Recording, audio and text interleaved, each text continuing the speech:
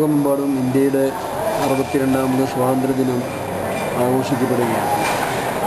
സ്വാതന്ത്ര്യം ലഭിച്ച് 62 വർഷം പിന്നിട്ടിട്ടും ഇന്ത്യ ലക്ഷ്യമിട്ട ലക്ഷ്യപ്രാപ്തി പൂർണ്ണമായും കൈവരിക്കാൻ സാധിച്ചിട്ടുണ്ടോ എന്ന് പരിശോധിക്കേണ്ട ഒരു സാഹചര്യമാണ് ഇന്ന് നമ്മുടെ മുൻപിലുള്ളതെന്ന് നമ്മുടെ രാജ്യത്ത് നിലനിൽക്കുന്നു എന്ന് നമുക്ക് കാണാനായിട്ട് സാധിക്കും.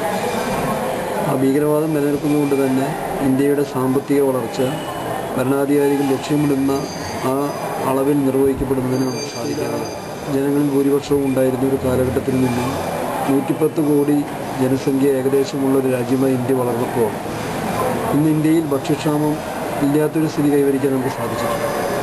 അതുപോലെ തന്നെ വ്യാവസായിക വളർച്ചയിൽ നമ്മൾ ലോകത്തിലെ വ്യവസായ മാപ്പിലൊരു സ്ഥാനം നേടാൻ ഇന്ത്യക്ക് 62 സ്വാതന്ത്ര്യദിന ആഘോഷ സന്ദർഭത്തിൽ കൂടുതൽ ആഴത്തിൽ ഭീകരതയെ അവസാനിപ്പിക്കുന്നതിനുള്ള പരിശ്രമങ്ങളുമായി ഇന്ത്യയിലെ ജനങ്ങൾ നമ്മുടെ ഭരണഘടന അനുശാസിക്കുന്നത് പോലെ മതേതരത്വത്തിൽ അധിഷ്ഠിതമായിട്ടുള്ള ജനാധിപത്യത്തിൽ അധിഷ്ഠിതമായിട്ടുള്ള ഇന്ത്യ രാജ്യം കൂടുതൽ ശോഭനമാക്കി മാറ്റുന്നതിനുള്ള പ്രവർത്തനങ്ങളിൽ ഒരുമിച്ച് പങ്കാളികളാകണം. അതാണ് ഈ 2008 സ്വാതന്ത്ര്യദിനത്തിൻ്റെ പ്രസക്തമായ സന്ദേശം എന്ന് ഞാൻ കരുതുന്നു.